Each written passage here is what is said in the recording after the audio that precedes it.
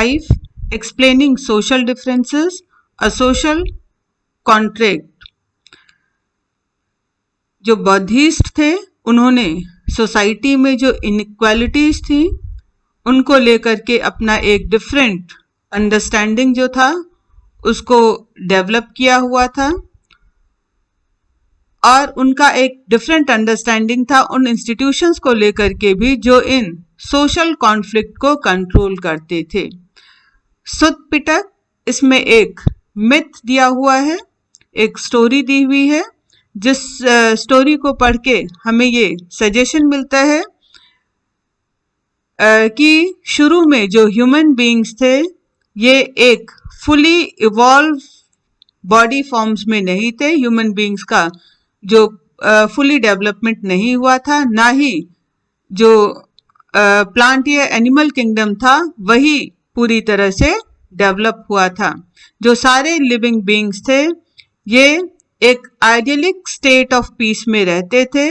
They were very happy, बहुत खुश थे सारे लिविंग बीइंग्स, और ये नेचर से उतना ही लेते थे जितने की उन्हें एक समय में खाने की जरूरत होती थी। लेकिन धीरे धीरे ये जो कंडीशन थी वो खराब होती गई। जो ह्यूमन बीइंग्स थे समय के साथ वो लालची होते गए, वो विंडिक्टिव वायलेंट होते गए, धोखेबाज होते गए, डिसीटफुल होते गए, जिसके कारण उन्हें सोचना पड़ा कि क्या हो अगर हम अपने में से किसी ऐसे इंसान को चूज करें जो कि ये डिसाइड करे कि सही क्या है, गलत क्या है, और वो ये डिसाइड करे कि कौन इंसान सही कर रहा है, और जो भी इंसान गलत काम करे उसे गलत करने से रोका जाए और उसे पनिशमेंट दी जाए जो कि उस पनिशमेंट को डिजर्व करता हो। तो वो इंसान जिसको हम सेलेक्ट करेंगे वो अपना काम करेगा, सही और गलत के बीच में डिसीजन लेगा, जो रॉन्ग डूअर्स हैं उन्हें पनिश करेगा, और उसके काम के बदले हम उसको राइस का, या हमारे यहाँ पे कहने का मतलब जो भी क्रॉप प्रोड्यूस होगा उसका एक प्रपोर्शन उसको उसके सर्विसेज के बदले में देंगे।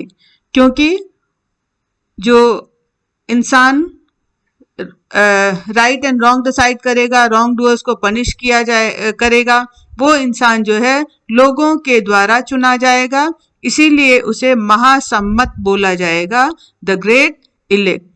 तो ये जो स्टोरी है इससे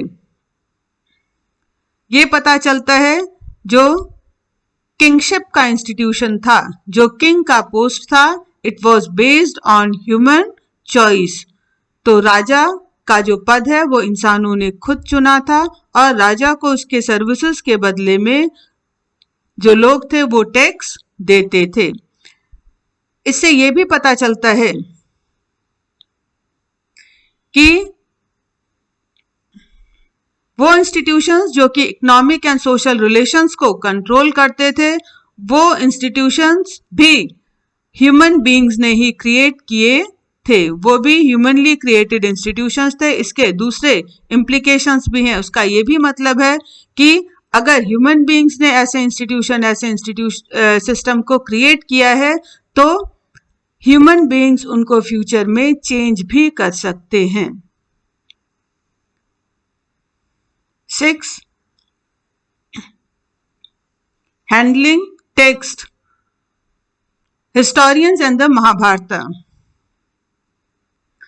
तो अगर हम लोग इस चैप्टर में जो सोर्सेस दिए हुए हैं उनको काफी क्लोजली नोटिस करेंगे तो जो हिस्टोरियंस हैं वो जब भी किसी टेक्स्ट को, किसी भी बुक को एनालाइज करते हैं, किसी भी कह सकते हैं कि किसी भी किताब की व्याख्या करते हैं, तो वो कुछ चीजें अपने दिमाग में रखते हैं। वो ये देखते हैं कि वो जो टेक्स्ट है वो किस लैंग्वेज में लिखा हुआ है, प्राकृत में लिखा हुआ है, पाली में लिखा हुआ है, तमिल में लिखा हुआ है, या ये जो Pali, Prakrit and Tamil, they were the languages probably used by the ordinary people, या वो बुक संस्कृत में लिखा हुआ है। संस्कृत जो लैंग्वेज थी उस समय प्रीस्ट एंड रूलिंग एलिट्स के लिए थी। तो Sanskrit it was spoken by और use by the upper caste people और the people who are having high status in society. तो ये जो टेक्स्ट है वो किस भाषा में लिखी हुई है।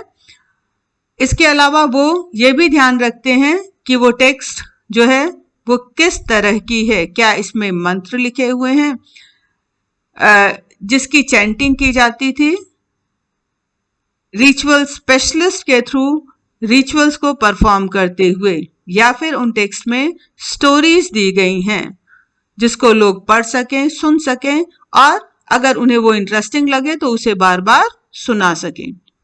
इसके अलावा वो ये भी पता करने की कोशिश करते हैं कि इस टेक्स्ट का, इस किताब का ऑथर कौन था या इस बुक के ऑथर्स कौन थे, एक ऑथर था या कई सारे ऑथर्स थे। इसके अलावा वो ये भी ध्यान में रखते हैं कि ये जो बुक लिखी गई थी वो किस पर्सपेक्टिव में लिखी गई थी, किस संदर्भ में लिखी गई थी और किसको ध्यान में रख के या किसके लिए लिखी गई थी, ऑडियंस कौन था जो उस बुक का।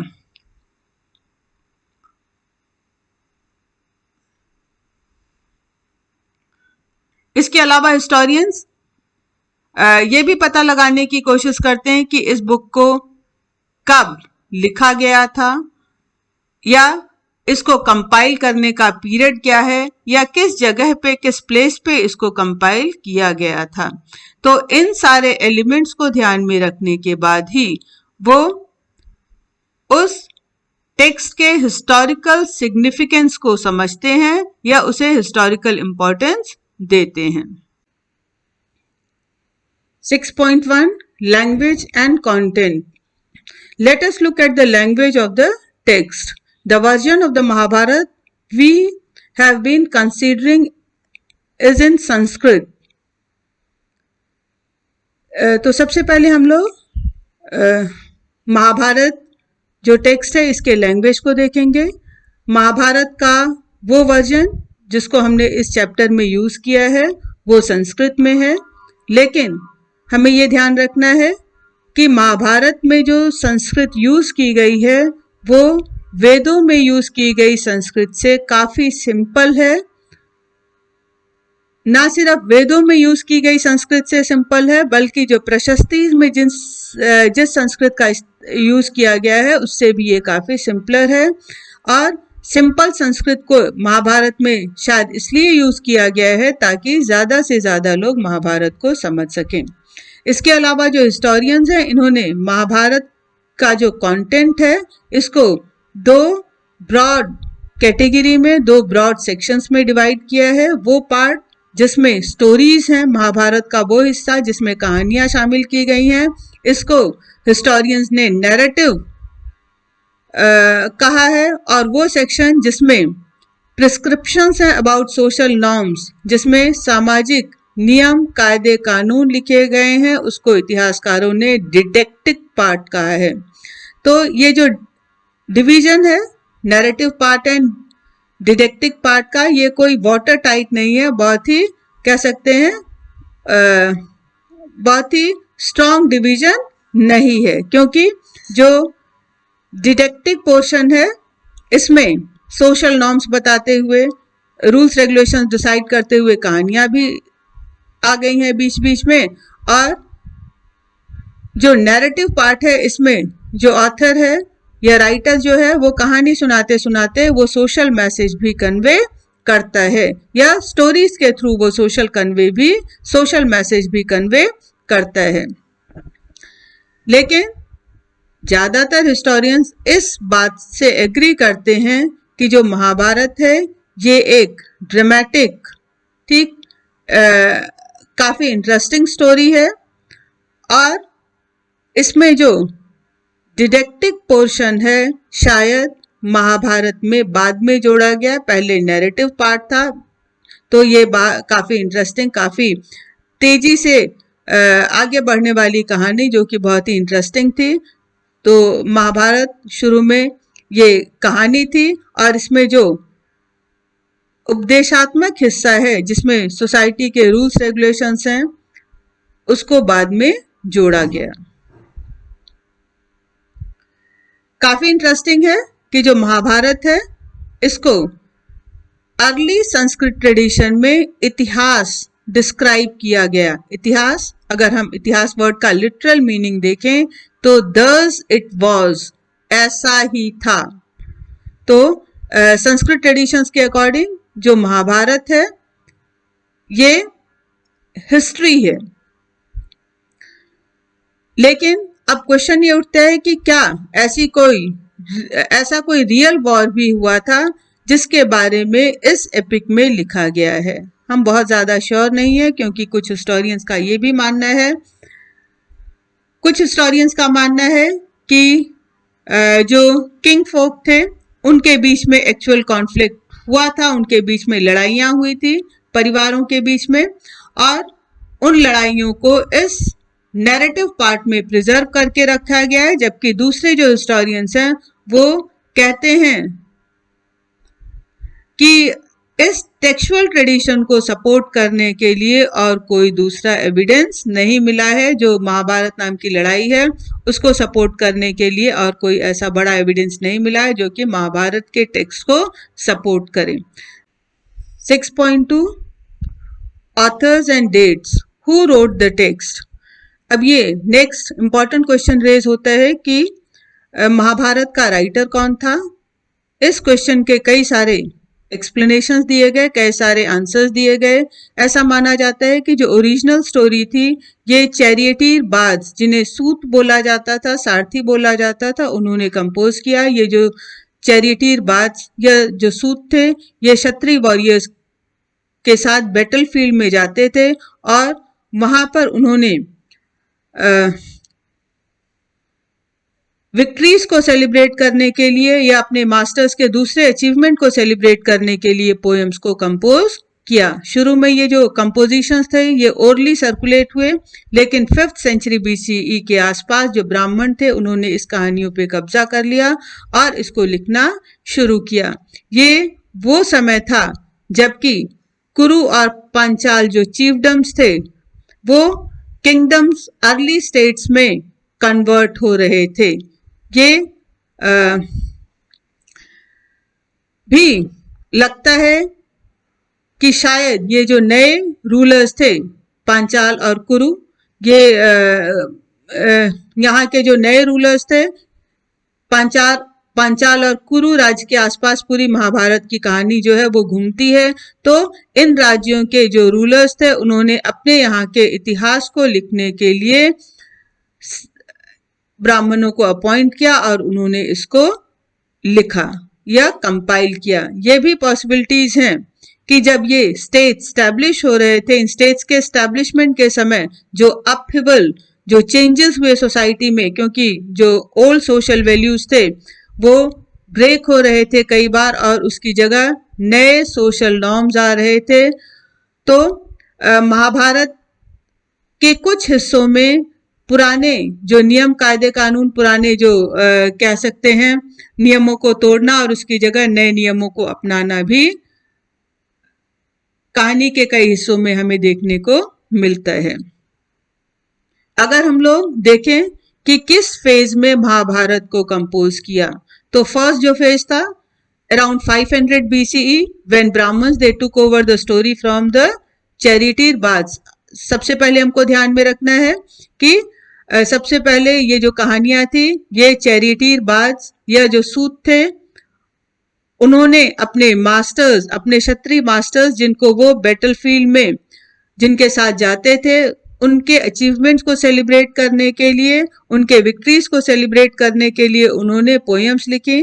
शुरू में ये पोएम्स ओरली सर्कुलेट हुई। सेकंड पॉइंट में मेंशन करना है कि अराउंड 500 BCE जो ब्राह्मण्स थे they control over the story, उन्होंने इस स्टोरी पे अपना कंट्रोल कर लिया और उसको लिखना शुरू किया। 500 BC वो समय था जबकि जो चीफडम्स थे वो किंगडम्स में कन्वर्ट हो रहे थे। एग्जाम्पल कुरु एंड पांचाल का देते हुए नेक्स्ट पॉइंट करेंगे। आफ्टर दिस जो नेक्स्ट फेज है महाभारत के कंपोजिशन का, it is around 200 BCE to 200 CE। ये वो पीरियड था जबकि विष्णु की जो उपासना थी, विष्णु की जो पूजा थी वो इम्पोर्टेंट होती जा रही थी और विष्णु के एक इम्पोर्टेंट अवतार थे कृष्ण, जो कि इस महाभारत का एक इम्पोर्टेंट हिस्सा है।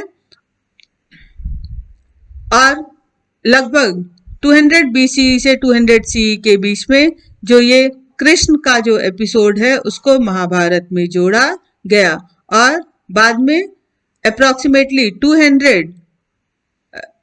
CE से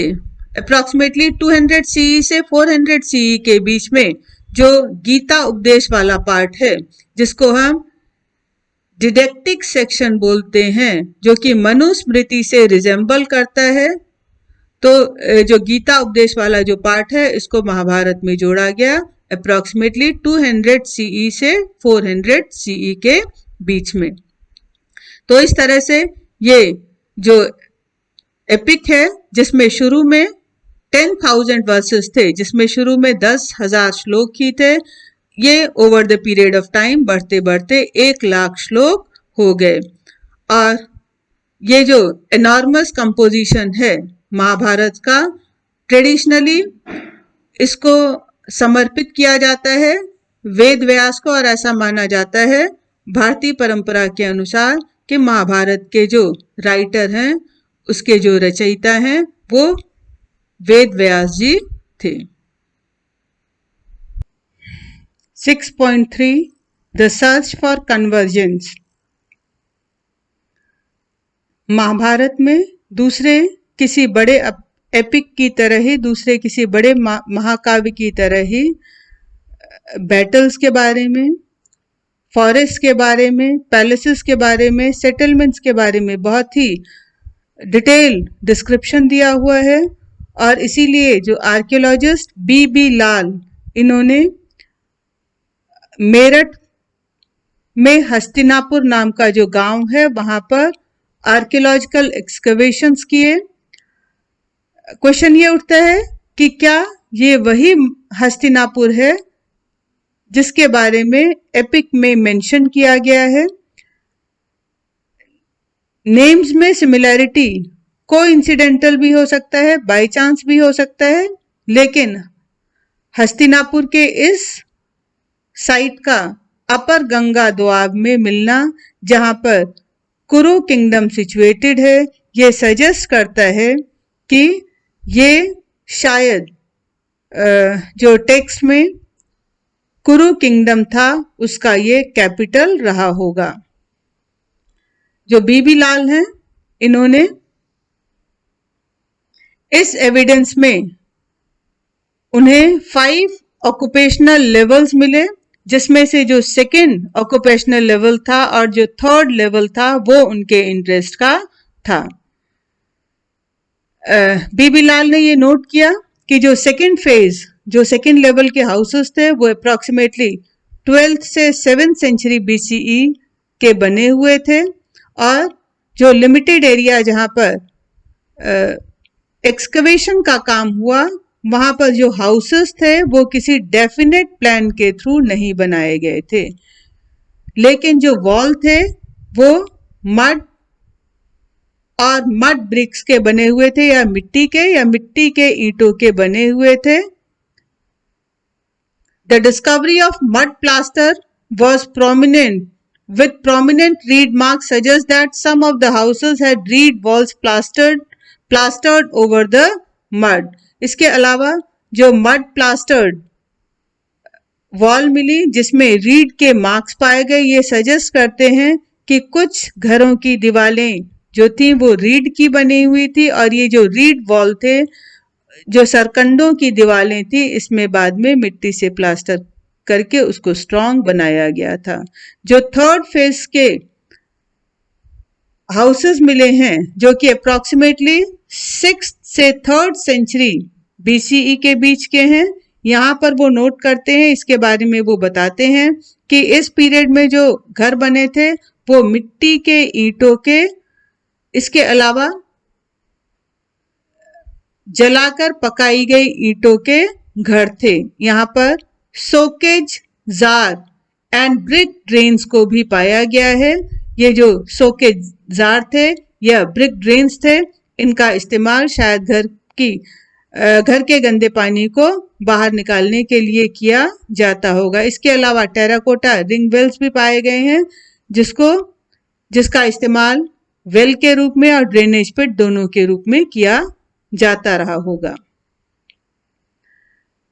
तो क्वेश्चन ये उठता है कि क्या जो मेन नैरेटिव, जो मुख्य कहानी महाभारत की है, उसमें जो शहरों का जो जिक्र है वो बाद में जोड़ा गया, जब 6th सेंचुरी BCE के बाद इंडियन सबकॉन्टिनेंट में अर्बन सेंटर्स इमर्ज हुए, डेवलप हुए, तो क्या 6th सेंचुरी BCE के बाद से इस महाभारत में जो शहरों के बारे में डिस्क्राइब किया गया है ये लगभग 6th सेंचुरी BCE के आसपास किया गया है, या ये सिर्फ पोएटिक फैंसी है, ये सिर्फ पोएट की इमेजिनेशन है और उसने अपने इमेजिनेशन में इतने शानदार शहरों के बारे में मेंशन किया।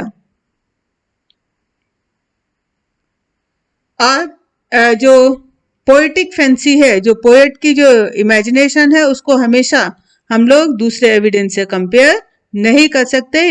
Consider another instance. अब हम लोग एक दूसरे इंस्टेंस को कंसीडर करते हैं। महाभारत का जो मोस्ट चैलेंजिंग एपिसोड है वो द्रौपदी का जो मैरिज हुआ था पांडवों के साथ, वो महाभारत का सबसे चुनौतीपूर्ण अध्याय है। ये जो इंस्टेंस है ये पॉलिएंड्री को शो करता है। Polyandry, it was the central to the narrative. तो ये जो बहुपति प्रथा, a women having more than one husband, ये जो सिस्टम था, इसको कहानी के या एपिक के मेन कैरेक्टर के साथ ऐड किया। अगर हम एपिक के इस सेक्शन को एग्जामिन करते हैं, उसको क्लोजली देखते हैं, तो यहाँ पे हमें पता चलेगा कि इस इवेंट को डिस्क्राइब करने के लिए जो ऑथर्स हैं या जो ऑथर है, उन्होंने इस चीज को सही ठहराने के लिए कई सारे एक्सप्लेनेशंस दिए हैं।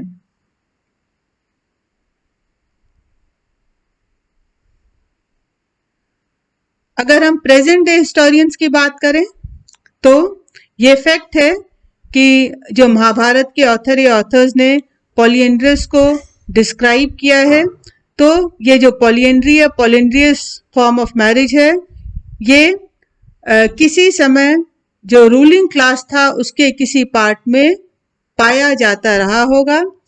लेकिन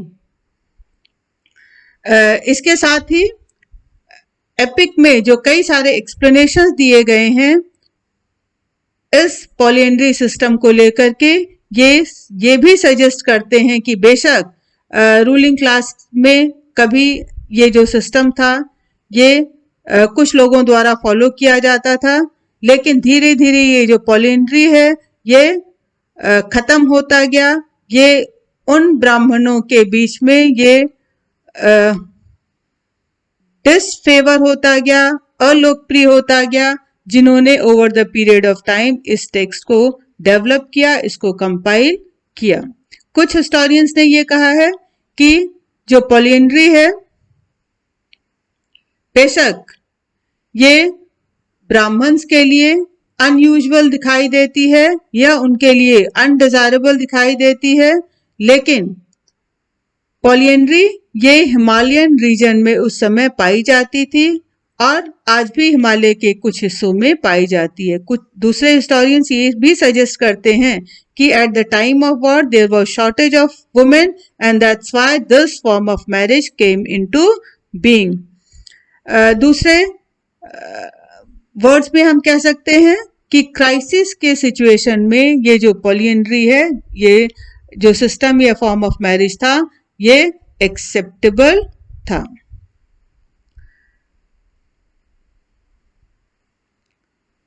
कुछ जो अर्ली सोर्सेज हैं वो ये भी सजेस्ट करते हैं कि polyandry it was a form of marriage but it was not the only form of marriage. ये सिर्फ पॉलिएंड्री फॉर्म ऑफ मैरिज, ये सिर्फ बहुपति प्रथा जो है वो उस समय नहीं पाई जाती थी, उस समय और भी फॉर्म्स ऑफ मैरिज थे, लेकिन over the period of time polyandry ये लोगों में, या जो वो लोग जो कि सोसाइटी के रूल्स को रेगुलेट करते थे उनके बीच में ये अलोकप्रिय हो गई, जिसके कारण ये धीरे धीरे खत्म हो गई। तो सवाल ये उठता है कि अगर ये पॉपुलर फॉर्म ऑफ मैरिज नहीं था तो ऑथर्स ने इस फॉर्म ऑफ मैरिज को सेंट्रल कैरेक्टर्स जो महाभारत के थे उनसे एसोसिएट क्यों किया। तो यहाँ पे हमको ये भी ध्यान रखना है कि क्रिएटिव लिटरेचर की अपनी खुद की रिक्वायरमेंट होती हैं अपने स्टोरी को इंटरेस्टिंग बनाने के लिए, और ज़्यादा से ज़्यादा ऑडियंस को अट्रैक्ट करने के लिए भी कई बार इस तरह की जो चीज़ें जो कि सोसाइटी में प्रिवलेंट नहीं होती उनको भी जो ऑथर्स हैं अपने स्टोरी का पार्ट बनाते हैं। तो इस तरह से हमको ध्यान रखना है कि क्रिएटिव लिटरेचर की अपनी रिक्वायरमेंट्स होती हैं जो कि हमेशा सोशल रियलिटी से मैच नहीं करती, मतलब जो हमेशा समाज में पाई नहीं जाती। 7. A dynamic text. Mahabharat, it is a dynamic text. It is continuous, changing, it is continuously developing. तो महाभारत जो है इसको डायनेमिक टेक्स्ट कहा जाता है, और सिर्फ संस्कृत वर्जन के साथ ही महाभारत का जो ग्रोथ है वो रुक नहीं गया। ओवर द सेंचुरीज महाभारत के डिफरेंट जो वर्जन्स थे वो अलग अलग लैंग्वेजेस में लिखे गए, और ये जो अलग अलग लैंग्वेज में भारत को लिखा गया वो उस ऑनगोइंग प्रोसेस का नतीजा था, वो उस प्रक्रिया का नतीजा था जो कि different sections of society, different communities के बीच में जो डायलॉग्स हुए, जो कम्युनिकेशंस हुए, उसका नतीजा ये हुआ कि महाभारत को अलग अलग भाषाओं में अलग अलग जगहों पर लिखा गया। इसके अलावा कई सारी स्टोरीज जो कि स्पेसिफिक रीजन में ओरिजिनेट हुई, specific section of society, specific groups में सर्कुलेट हुई, धीरे धीरे वो जो मुख्य महाभारत थी उसका हिस्सा बन गई। इसके अलावा जो सेंट्रल स्टोरी थी महाभारत की, तो महाभारत का जो मेन स्टोरी थी उसको भी अलग अलग तरीके से कहा गया, सुनाया गया, लिखा गया। इसके अलावा महाभारत के एपिसोड्स को स्कल्पचर्स में मूर्तियों के थ्रू भी महाभारत की कहानियों को बताया गया। इसके अलावा पेंटिंग्स के थ्रू भी इसको डिपिक्ट करने की कोशिश की गई।